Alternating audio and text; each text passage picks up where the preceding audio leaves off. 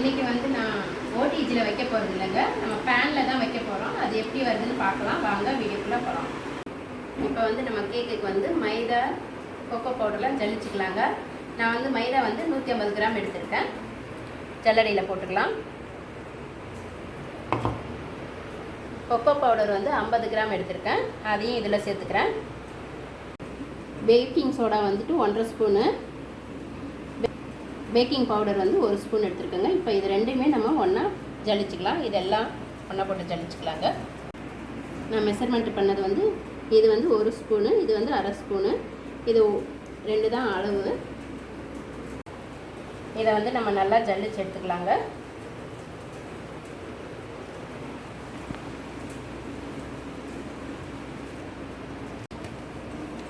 இந்த மாதிரி நம்ம வந்து இதை 3 வாட்டி ஜல்லிச்சு இதை அப்படியே ஓரமாக இருக்கட்டுங்க. இப்போ வந்து ஒரு பவுலில் வந்துட்டு 1/2 கப் பால் சேர்த்துக்கிறேன். 1/2 கப் கெட்டி தயிர், அதையும் இதில் சேர்த்துக்கிறேன். 1/2 கப் தண்ணி. இதை 3மே நம்ம நல்லா மிக்ஸ் பண்ணிக்கலாம். அந்த தயிர் வந்து உருண்டை இல்லாமல் இப்படி நல்லா மிக்ஸ் பண்ணிக்கலாங்க. இதை பாருங்கள்.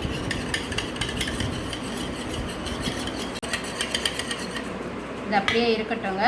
வேறு ஒரு பவுல் எடுத்துக்கலாம். பட்டர் வந்து அன்சால்ட்டு பட்டருங்க. இது வந்து 100 கிராம் போட்டுக்கிறேன். நான் வந்துட்டு அன்சால்ட் பட்டர் வந்து மில்கி மிஸ்ஸில் எடுத்துருக்கேங்க. பவுடர் சுகர் வந்து 160 கிராம் எடுத்துருக்காங்க, அதையும் இதில் சேர்த்துக்கிறேன்.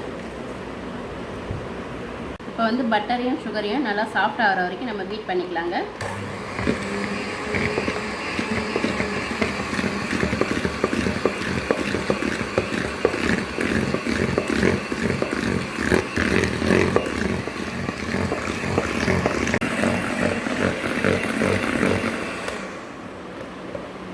இதை வந்து நம்ம நல்லா சாஃப்ட் ஆகிற வரைக்கும் ஒரு 2 மினிட்ஸ் அதே கண்டினியூவாக பீட் பண்ணிக்கணுங்க. அவ்வளோதான், 2 மினிட்ஸ் ஆயிடுச்சு. நல்லா சாஃப்டாகவும் வந்துடுச்சு.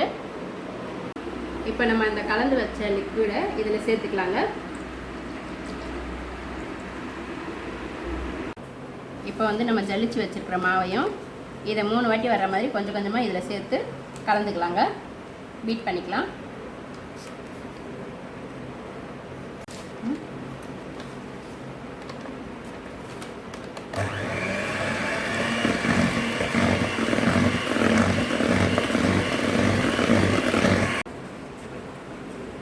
மறுபடியும் இன்னும் கொஞ்சம் போட்டுக்கலாம்.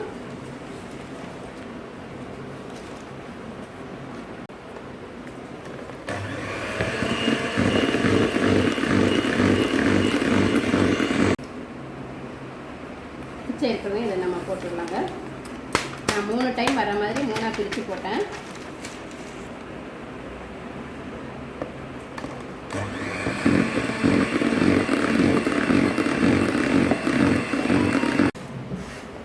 இந்த இதெல்லாம் வந்துட்டு நம்ம இதில் நல்லா சரி பண்ணி விட்டுக்கலாங்க. விட்டுட்டு மறுபடியும் பீட் பண்ணிக்கலாம்.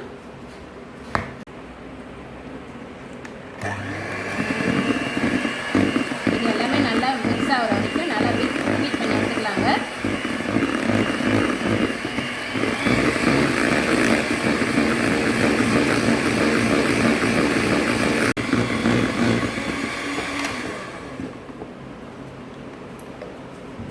இப்போ வந்து இதில் நம்ம பால் பவுடர் சேர்த்துக்கலாங்க.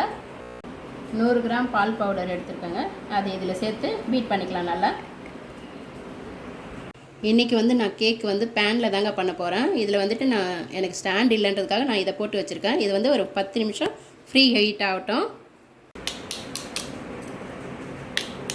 இப்போ வந்து நம்ம இதை கட்டன் பவுடரில் நம்ம மிக்ஸ் பண்ணிக்கலாங்க நல்லா. நான் இந்த ட்ரே தாங்க வந்துட்டு கேக்கு, இந்த ட்ரேயில் தான் நம்ம பேக் பண்ண போகிறோம். இந்த பட்டர் ஷீட் வந்துட்டு அது அளவு கட் பண்ணி உள்ளே போட்டுக்கிட்டு எல்லாமே ஃபுல்லாக நம்ம பட்டர் தேய்ச்சி வச்சுக்கலாங்க. இதை நல்லா நம்ம மிக்ஸ் ஆகிற மாதிரி கட்டன் பவுடரில் பண்ணிக்கலாங்க. பபிள்ஸ் இல்லாமல். பார்த்தீங்களா, எவ்வளோ சாஃப்டாக வந்திருக்குன்னு. அவ்வளோதான். இப்போ இதில் நம்ம ஊற்றிக்கலாங்க. இதை நான் வந்து ஒரு 3 வாட்டி இப்படி தட்டி எடுத்துக்கலாங்க, பபிள்ஸ் இல்லாமல். இதில் வந்து நான் வந்து ஒரு 30-35 நிமிஷம் வைக்கலாங்க. இது ஃபுல்லாகவே நம்மளுக்கு மீடியமில் தான் வச்சு நம்ம பண்ணணுங்க. அப்படியே இருக்கட்டும். 35 நிமிஷம் ஆயிடுச்சுங்க. வெந்துடுச்சான்னு பார்க்கலாம்.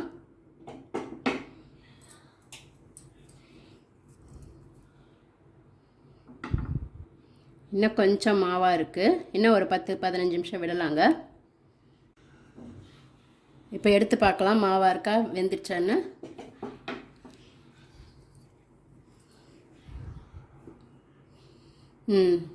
நல்லா வெந்துடுச்சுங்க. நம்ம ஸ்டவ் ஆஃப் பண்ணிவிட்டு எடுத்துக்கலாம்.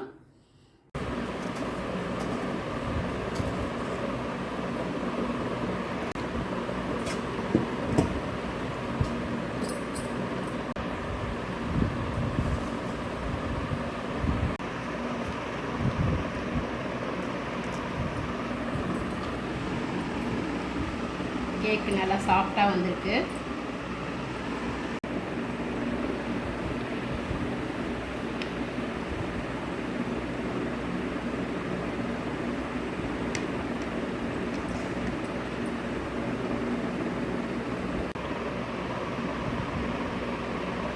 நல்லா சாஃப்டாக இருக்குது கேக்கு. சூப்பராக வந்திருக்கு. நீங்களும் ட்ரை பண்ணிவிட்டு எப்படி இருந்ததுன்னு கமெண்ட்டில் சொல்லுங்கள்.